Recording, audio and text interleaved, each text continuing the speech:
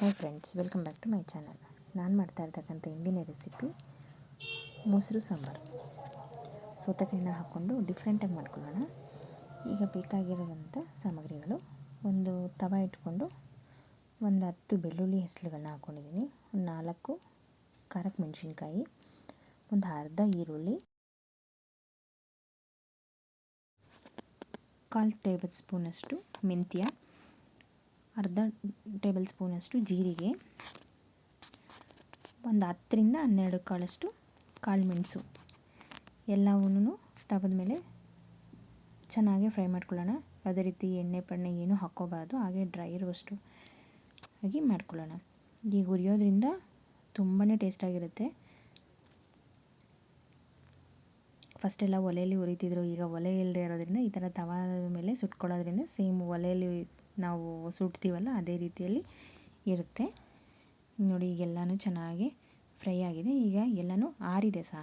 ಈಗ ಒಂದು ಜಾರಿಗೆ ಹಾಕ್ಕೊಂಡು ಸ್ವಲ್ಪ ಕೊತ್ತಂಬರಿ ಸೊಪ್ಪು, ಸ್ವಲ್ಪ ಕಾಯಿ ತುರಿನ ಹಾಕ್ಕೊಂಡು, ಸ್ವಲ್ಪ ಹಸಿ ಈರುಳ್ಳಿ ಒಂದು 1/4 ಭಾಗದಷ್ಟಾದರೆ ಸಾಕು, ಒಂದು ನೀರು ಹಾಕ್ಕೊಂಡು ನುಣ್ಣಗೆ ರುಬ್ಕೊಳ್ಳೋಣ.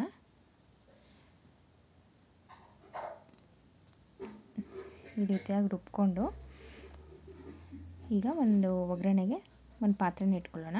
ಪಾತ್ರೆ ಇಟ್ಕೊಂಡು ಪಾತ್ರೆ ಕಾಯ್ದಮೇಲೆ ಒಂದು 1/4 ಸ್ಪೂನಷ್ಟು, 1/4 ಸ್ಪೂನ್ ಇಲ್ಲ ಅರ್ಧ ಸ್ಪೂನಷ್ಟು ಎಣ್ಣೆ ಹಾಕ್ಕೊಂಡ್ರೆ ಸಾಕಾಗುತ್ತೆ. ಜಾಸ್ತಿ ಎಣ್ಣೆ ಆದರೆ ಚೆನ್ನಾಗಿರಲ್ಲ. ಈಗ ಸ್ವಲ್ಪ ಸಾಸಿವೆ, ಸ್ವಲ್ಪ ಜೀರಿಗೆ, ಸ್ವಲ್ಪ ಕರಿಬೇವಿನ ಸೊಪ್ಪು ಹಾಕ್ಕೊಂಡು ಒಂದು ಈರುಳ್ಳಿನ ಕಟ್ ಮಾಡಿ ಹಾಕ್ತಾಯಿದ್ದೀನಿ. ಇದೆಲ್ಲ ಚೆನ್ನಾಗಿ ಫ್ರೈ ಆಗಲಿ.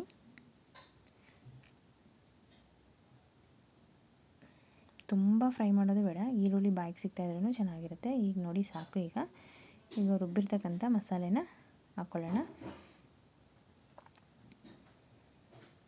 ಸ್ವಲ್ಪ ನೀರು ಸೇರಿಸ್ಕೊಳ್ಳೋಣ. ನೀರು ಸ್ವಲ್ಪ ಹಾಕ್ಕೊಳ್ಳಿ, ಯಾಕೆಂದರೆ ಮೊಸರು ತುಂಬ ಗಟ್ಟಿ ಇದ್ದರೆ ನೀರು ಬೇಕಾಗುತ್ತೆ. ಈ ರುಚಿಗೆ ತಕ್ಕಷ್ಟು ಉಪ್ಪು ಹಾಕಿ ಮಸಾಲೆ ಚೆನ್ನಾಗಿ ಕುದಿಯತ್ಲಿ, ಅದು ಹಸಿ ಸ್ಮೆಲ್ಲು ಎಲ್ಲ ಹೋಗಿಬಿಡ್ಬೇಕು. ನೋಡಿ, ಮಸಾಲೆ ಚೆನ್ನಾಗಿ ಕುದ್ದಿ ಗಟ್ಟಿಯಾಗಿದೆ. ಈಗ ಮಸಾಲೆ ಆರಿದ್ಮೇಲೆ ನಾನು ಅರ್ಧ ಸೌತೆಕಾಯಿನ ತುರಿದಿಟ್ಕೊಂಡಿದ್ದೀನಿ. ಈ ತುರಿದಿರ್ತಕ್ಕಂಥ ಅರ್ಧ ಸೌತೆಕಾಯಿನ ಹಾಕ್ತಾಯಿದ್ದೀನಿ. ಸೌತೆಕಾಯಿನ ಮಿಕ್ಸ್ ಮಾಡಿಕೊಂಡು ಚೆನ್ನಾಗಿ ಮಸಾಲೆ ಆರಿದೆ. ಈಗ ಮೊಸರನ್ನ ಮಿಕ್ಸ್ ಮಾಡ್ಕೊಳ್ಳೋಣ. ಮೊಸರು ಗಟ್ಟಿ ಇದೆ, ಹಾಗಾಗಿ ನಮಗೆ ಯಾವ ತೆಳ್ಳಗೆ ಬೇಕು ಅಂದರೆ ನೋಡಿಕೊಂಡು, ಯಾವ ಕನ್ಸಿಸ್ಟೆನ್ಸಿಗೆ ಬೇಕು ಅಂದರೆ ಇದಕ್ಕೆ ನೀರನ್ನು ಸೇರಿಸ್ಕೊಳ್ಳೋದು. ನೀರನ್ನು ಸೇರಿಸ್ಕೊಂಡು ಉಪ್ಪು ಬೇಕಾದರೆ ಸ್ವಲ್ಪ ಉಪ್ಪು ಹಾಕ್ಕೊಂಡ್ರೆ ಸೌತೆಕಾಯಿ ಹಾಕಿ ಮಾಡಿರ್ತಕ್ಕಂಥ ಮೊಸರು ಸಾಂಬಾರು ರೆಡಿ. ಯಾರು ನನ್ನ ಚಾನಲ್ನ ಫಸ್ಟ್ ಟೈಮ್ ನೋಡ್ತಾ ಇದ್ದೀರೋ ಅವರೆಲ್ಲರೂ ಫ್ಯಾಮಿಲಿ ಫ್ರೆಂಡ್ಸ್ ಜೊತೆ ಶೇರ್ ಮಾಡಿ, ಕಮೆಂಟ್ ಮಾಡಿ.